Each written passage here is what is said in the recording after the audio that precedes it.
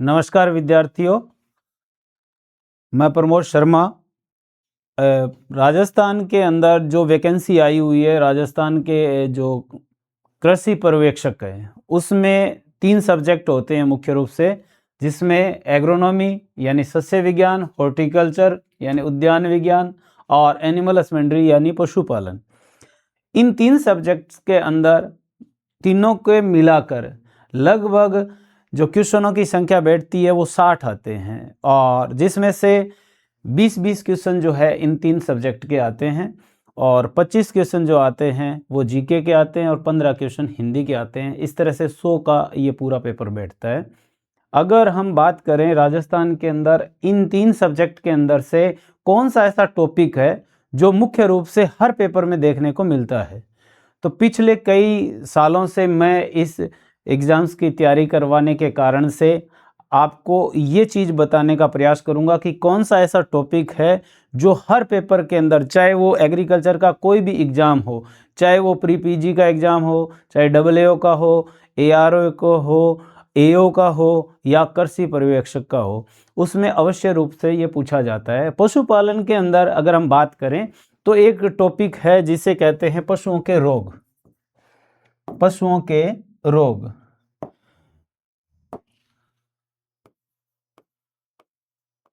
पशुओं के प्रमुख रोग, एनिमल डिजीज। इनके प्रश्न अक्सर यूं कह सकते हैं कि अगर एग्रीकल्चर का पेपर है तो उसमें इस टॉपिक का प्रश्न अवश्य रूप में ही आता है। अगर हम बात करें कि आज की ये जो 20 से 25 मिनट की क्लास होगी हमारी, इस क्लास को अगर आपने 3-4 बार रिवाइज कर दिया तो मेरा इतना विश्वास है कि आपका इस कृषि पर्यवेक्षक के एग्जाम में एक क्वेश्चन इस 20 से 25 मिनट की क्लास के अंदर किसी भी हालत में गलत नहीं होगा, ये इतना मैं विश्वास आपको दिलाता हूं। और आपके व्यूज के आधार पर ही आगे की ऐसे और टॉपिक्स जो एग्रोनॉमी में भी है, हॉर्टिकल्चर में है, पशुपालन में है, यानी कृषि वर्ग से संबंधित जो भी टॉपिक है ऑन डिमांड के हिसाब से आपको वो मैं यूट्यूब के माध्यम से उपलब्ध करवाता रहूँगा।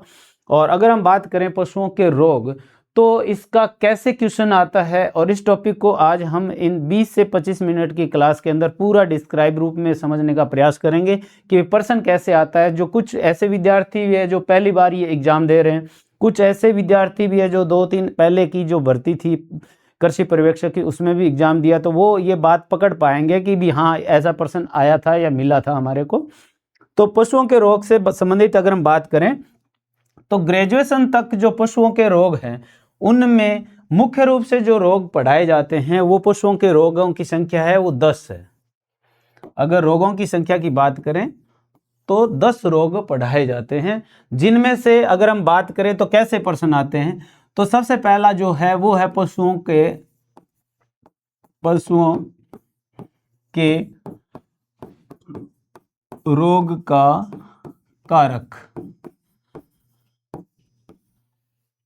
और ये पहला आधार रहता है जिसके आधार पर क्वेश्चन पूछा जाता है। तो पशुओं के रोग का कारक, कारक में क्या पूछ सकते हैं आपसे ये कह सकते हैं कि बताइए ये रोग जो है वो वायरस से होता है, वायरस का मतलब विषाणु, या ये रोग बैक्टीरिया से होता है, बैक्टीरिया यानी जीवाणु, या ये रोग मेटाबॉलिक है, मेटाबॉलिक, या यूं कह सकते हैं मेटाबॉलिक को बोलते हैं हिंदी के अंदर चयापचय,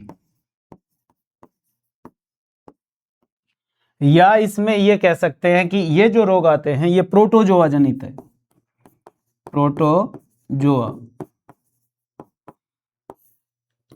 जो ये 10 रोग हैं वो इन 4 से संबंधित ही हैं। तो एक तो सीधा सिंपल सा प्रश्न ये बन जाता है कि वायरस जनित रोग है या नहीं है, ये प्रश्न पूछ लेते। बैक्टीरिया से होने वाला रोग है या नहीं है, इस तरह से पूछ सकते हैं। तीसरा, निम्न में से मेटाबॉलिक रोग कौन सा है, ये पूछ सकते हैं। और चौथा, प्रोटोजोआ जनित रोग कौन सा है, ये पूछ सकते हैं। एक दूसरा जो तरीका पड़ता है वो ये कि रोग का नाम देकर चारों ये ऑप्शन में दिए जा सकते हैं और आपसे पूछ लेंगे बताइए कि ये रोग जो है वो किससे होता है। इसी तरह से अगर हम और बात करें तो सीधा रोग का नाम आकर आपसे ये भी पूछ सकते हैं कि निम्न में से भिन्न रोग है, यानी 3 वायरस के दे दिए, 1 बैक्टीरिया का दे दिया, 3 बैक्टीरिया के दे दिए, 1 वायरस का दे दिया, या 3 जो वायरस के दे दिए और 1 प्रोटोजोआ का दे दिया। इस तरह से क्वेश्चन को पूछा जा सकता है, या फिल इन द ब्लैंक्स वाले भी क्वेश्चन आ सकते हैं कि जिसमें रोग का नाम और डॉट डॉट डॉट करके आगे लिख देंगे बताइए ये किससे होता है। तो ये इस तरह के हैं। तो आज हम इस क्लास के माध्यम से ये जो 10 रोग है और इन 10 रोगों को इस क्लास के माध्यम से जड़ से ही ख़त्म करने वाले हैं। तो मैं उम्मीद करता हूं कि आप इस क्लास को सीरियसली देखोगे और इसके आधार पर ही आप ये अनुमान लगा पाओगे कि हम जो ये मैटर उपलब्ध करवाएंगे ये किस आधार का रहेगा, कितना स्ट्रॉन्ग रहेगा, जो आपको कृषि पर्यवेक्षक बनने में सहायक होगा। तो हम इन रोगों को आज डिस्कस करेंगे। तो 10 रोगों को देखिए हम डिस्कस करने जा रहे हैं कि कैसे इस रोगों को पढ़ेंगे आगे। तो देखिए सबसे पहले 10 रोग, पशुओं के 10 रोग। तो सबसे पहले अगर हम बात करें तो पहला आधार मैंने बनाया है बैक्टीरिया से होने वाले रोग। बैक्टीरिया यानी जीवाणु से होने वाले रोग। कई स्टूडेंट्स ऐसे हैं जिनके जीवाणु विषाणु ये ही कंफ्यूज करते हैं, तो आप याद रखना बैक्टीरिया को जीवाणु कहते हैं। तो जीवाणु से होने वाले रोग, इसके लिए एक ट्रिक बनाई हुई है, आप याद रखोगे बी से बैक्टीरिया और बी से बात होता है। तो अब आप देखिए ये 4 रोग कैसे बनेंगे। चारों की बात करें तो इसमें पहला जो आएगा ब्लैक क्वार्टर है, ब्लैक क्वार्टर। दूसरा जो रोग है वो है एंथ्रेक्स। तीसरा जो रोग है वो है थनैला। और चौथा रोग जो है वो है मैस्टाइटिस या एचएस बोलते हैं शॉर्ट में से, और वैसे कहेंगे इसे हेमोरैजिक सेप्टिसीमिया।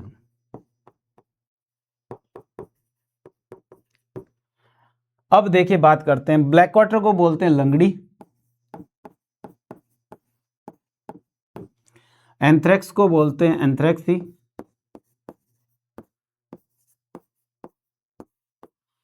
और थनैला को मैस्टाइटिस भी बोलते हैं, मैस्टाइटिस। आपको हिंदी वाले नाम स्पेलिंग याद नहीं हो परंतु उच्चारण आपको याद होना चाहिए, ये जरूरी है, क्योंकि थनैले को मैस्टाइटिस रोग नाम से कई बार पेपर में पूछा हुआ है, तो आपको याद रहना चाहिए। मैस्टाइटिस जो है वो थनैले को बोलते हैं। एचएस यानी हेमोरैजिक सेप्टिसीमिया, इसको हिंदी में कहते हैं गलघोटू। पहले हम 10 रोगों को सिंपल वे में पढ़ लेते हैं, फिर इसके मुख्य फैक्ट जो है वो हम डिस्कस करेंगे। तो ये एक आधार हुआ जो बैक्टीरिया से होने वाले रोग हैं। तो बैक्टीरिया से होने वाले रोगों की संख्या हो जाएगी 4। तब आपसे अगर प्रश्न पूछे निम्न में से बैक्टीरिया से संबंधित रोग है, तो आपको याद रहना चाहिए। बैक्टीरिया से संबंधित नहीं है तो इसके अलावा जो रोग आएगा वो बैक्टीरिया से नहीं होता है, ये याद रखोगे। इसी तरह से अगर हम बात करें वायरस जनित रोग, बी आधार जो मैंने बनाया वो वायरस है। वायरस यानी विषाणु से होने वाले रोग, विषाणु जनित रोग। विषाणु से होने वाले रोगों के अंदर अगर हम बात करें तो सबसे पहला जो रोग आता है वो रोग आता है एफएमडी यानी foot and mouth disease, foot and mouth disease यानी खुरपका मुंहपका, खुरपका मुंहपका। दूसरे रोग की अगर हम बात करें तो दूसरा रोग जो वायरस जनित पशुओं में होता है वो है रिंडरपेस्ट, रिंडरपेस्ट। इसे कहते हैं पशु प्लेग, पशु प्लेग। तीसरे रोग की बात करें तो तीसरा रोग आता है वो है चेचक, जिसे पाउल पॉक्स भी बोलते हैं। चौथे रोग की बात करें तो रानीखेत।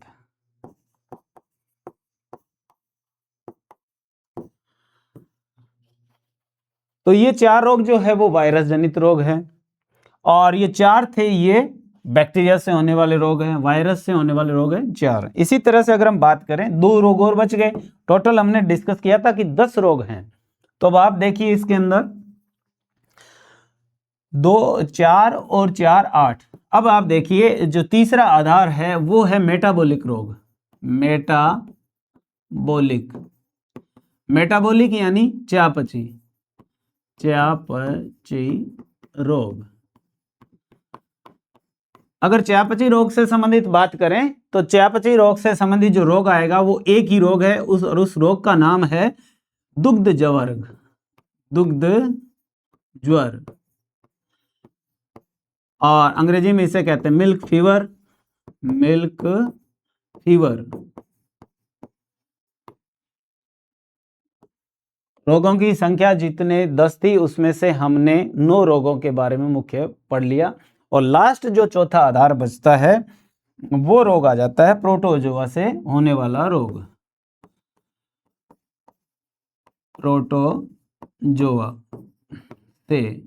प्रोटोजोआ से होने वाला रोग अगर हम बात करें तो इसके अंदर रोग जो आता है वो आता है खूनी पेचिश।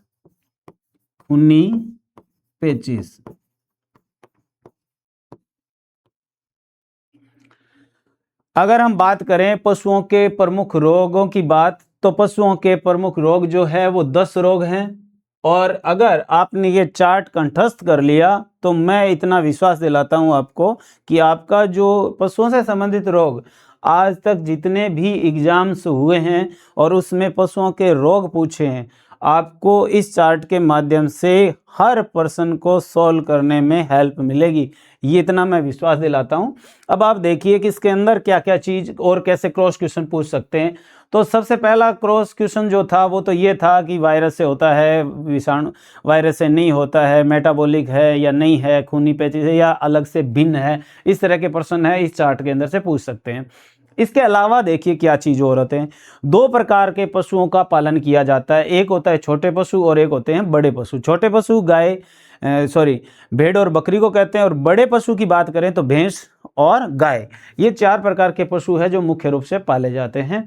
राजस्थान के सापेक्ष में अगर हम बात करें तो इन सारे रोगों के अंदर से अगर आपसे ऐसे प्रश्न पूछा जाए कि छोटे पशुओं में महामारी किस रोग के कारण आती है, छोटे पशुओं में महामारी किस रोग के कारण आती है, तो उसका आंसर ये होगा कि एंथ्रेक्स की वजह से छोटे पशुओं में महामारी आती है। यहां जो छोटे पशु लिखा है उसकी जगह अगर ऐसा लिखा है बड़े पशुओं में महामारी आती है, तो आपको याद रखना है कि बड़े पशुओं में महामारी आएगी वो रिंडरपेस्ट यानी पशु प्लेग में आएगी।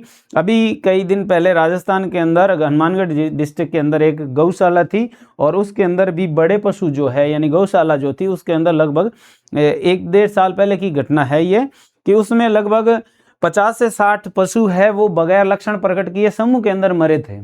जब उनका पीएम किया गया यानी पोस्टमार्टम किया गया तब पता चला था कि उनके रोग था वो था रिंडरपेस्ट। कहने का मतलब बड़े पशुओं के अंदर जो रोग आता है या महामारी के रूप में आता है, समूह के अंदर पशु बीमार होते हैं एक साथ बड़े पशु, वो रोग है रिंडरपेस्ट यानी पशु प्लेग। तो 2 प्रश्न आपके दिमाग में अच्छे से घर कर जाने चाहिए कि छोटे पशु में महामारी आती है एंथ्रेक्स से, बड़े पशुओं में महामारी आती है पशु प्लेग से।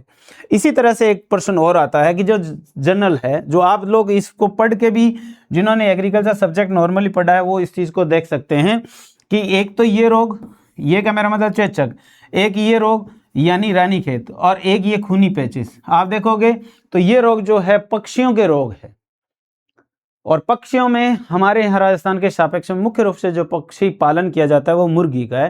हालांकि पक्षी जो कुक्कुटशाला होती है उसमें मुर्गियों के साथ में कबूतर है, बटेर है, तीतर है, टर्की पक्षी है, शुतुरमुर्ग है, ऐसे पक्षी भी पाले जाते हैं। तो परंतु बहुलता की अगर हम बात करें तो मुर्गी पालन ज़्यादा किया जाता है। तो इसमें ज़्यादातर सामान्य सा प्रश्न भी आ जाता है, रानीखेत किसका प्रमुख रोग है। तो आपको याद रखना कि रानीखेत जो है वो मुर्गी पालन से संबंधित रोग है, यानी पक्षियों का रोग है। तो ये जो 3 रोग बताए मैंने, खूनी पेचिश, चेचक और रानीखेत, ये तीनों रोग जो है वो पक्षियों के रोग होते हैं। इसके अलावा अगर हम बात करें और किस तरह से पूछ सकते हैं कि देखिए जितने भी ये रोग कारक हैं, रोग कारक की अगर हम बात करें तो जैसे प्रोटोजोआ हो गया, वायरस हो गया और बैक्टीरिया हो गया, ये तीनों जब शरीर के अंदर पशु के स्वस्थ शरीर में प्रवेश करते हैं तो शरीर का टेम्परेचर बढ़ाते हैं और शरीर का तापक्रम जो है वो सामान्य से अधिक हो जाता है। अगर आपको ये रोग कारक, जैसे रोगों की बात करें तो 2 प्रकार के मुख्यतः है, संक्रामक और असंक्रामक। जो किसी बाहरी कारक से शरीर में प्रवेश करके रोग उत्पन्न करेंगे वो संक्रामक रोग आएंगे, और जो बाहरी कारकों से नहीं होते, शरीर में खान पान की कमी से या किसी पोषक की कमी से हो जाते हैं, उन्हें असंक्रामक रोग कहते हैं। और असंक्रामक रोग की श्रेणी में अगर हम देखें तो एक ही रोग है इन 10 में से, चयापचय रोग जो है, जो पशु के अंदर कैल्शियम का अनुपात बिगड़ने की वजह से होता है, जिसे मिल्क फीवर या दुग्ध जवर कहते हैं। नाम से ही आपको आइडिया हो रहा है ये केवल मादा पशु में होने वाला रोग है। तो अब आप देखिए जितने ये रोग हैं उनमें से सीधा आपको ये लिख दिया जाए कि बताइए किस रोग के होने से शरीर का तापक्रम सामान्य से कम हो जाता है, तो वो रोग कौन सा है? तो उसका राइट आंसर है दुग्ध जवर। मिल्क फीवर नाम में बुखार है परंतु शरीर का टेम्परेचर है वो सामान्य से कम हो जाता है, तो उस रोग को कहते हैं दुग्ध जवर यानी मिल्क फीवर। तो दुग्ध जवर की वजह से शरीर का तापक्रम पशु के सामान्य से कम हो जाता है, उस रोग को नाम दिया जाता है दुग्ध जवर।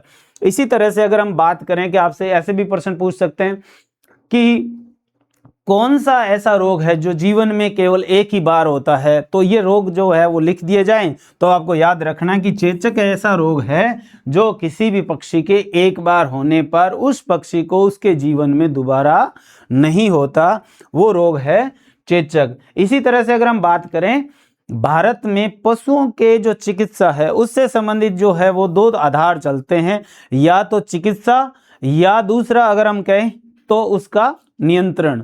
तो या तो रोग होने से पहले दवा दी जाए उसको, या रोग होने के बाद उसको दवा दी जाए और पशु को ठीक करते हैं दवाई के माध्यम से।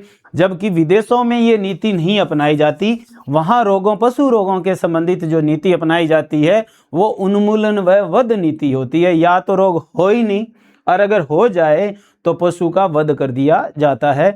तो भारत जो है वो धार्मिक देश है, उसके अंदर पशुओं की सेवा चाकरी ज़्यादा की जाती है।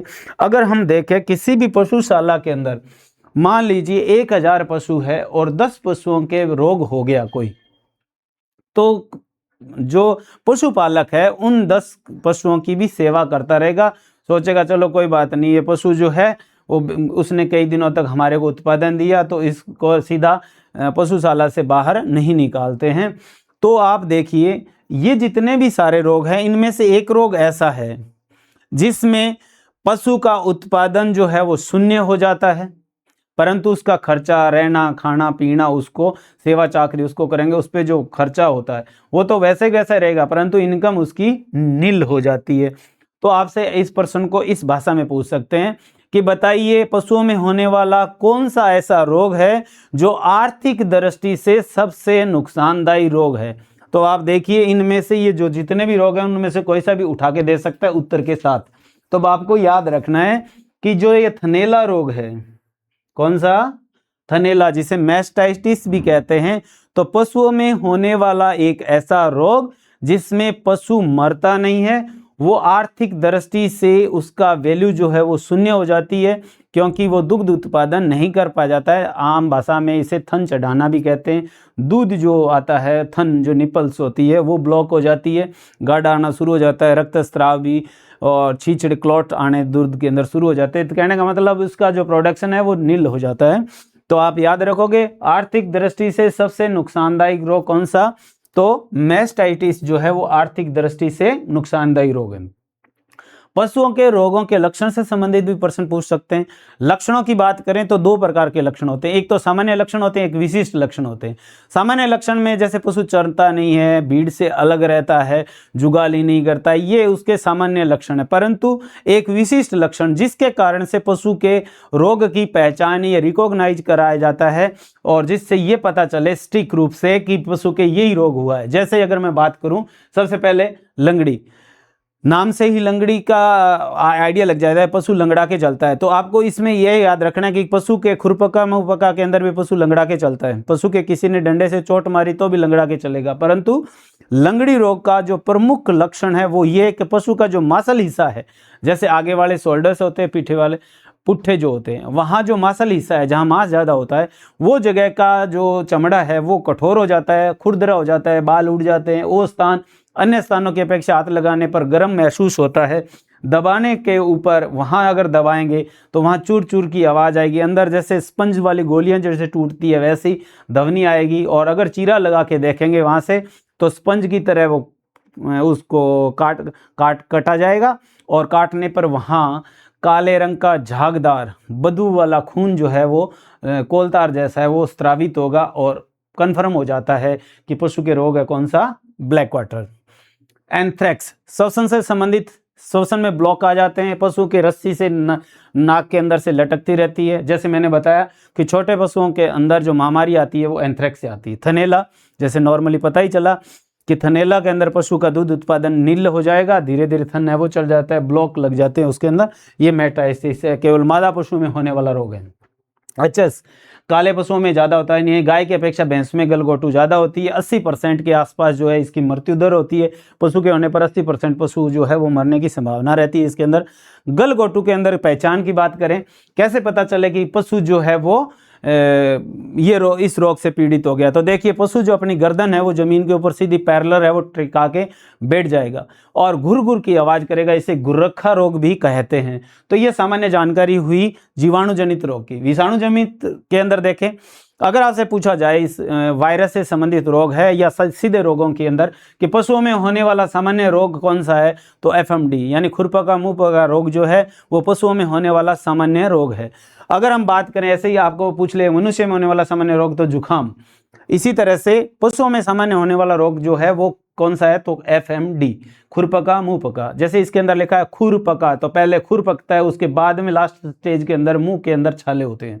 इसके अलावा अगर हम बात करें खुरपका मुंहपका, जिन पशुओं के खुर जो है वो 2 भागों में बटे होते हैं उनमें ये मुख्य रूप से होता है। घोड़े में ये कभी नहीं होता, मालवी नस्ल की गाय के अंदर भी ये रोग नहीं होता है और ये रोग वायरस से होता है। और 7 प्रकार के वायरस कोरोना जो आता है वायरस जो है उस टाइप के वायरस होते हैं और 7 प्रकार के वायरस से ये रोग होता है। रिंडरपेस्ट, पशु प्लेग, यह भी श्वसन से संबंधित विकार होता है। बड़े पशु जो है वो उसके अंदर श्वसन तंत्र ब्लॉक हो जाता है, रस्सी जो है वो स्थायी रूप से लटकती रहती है और सांस लेने में पशु की दिक्कत आती है। तो बड़े पशु जो है मुख्य रूप से जो महामारी में मरते हैं वो इस रोग के द्वारा। चेचक की बात करें, प्रोडक्शन उसमें कम हो जाता है। फाउल पॉक्स, चेचक जीवन में एक ही होता है।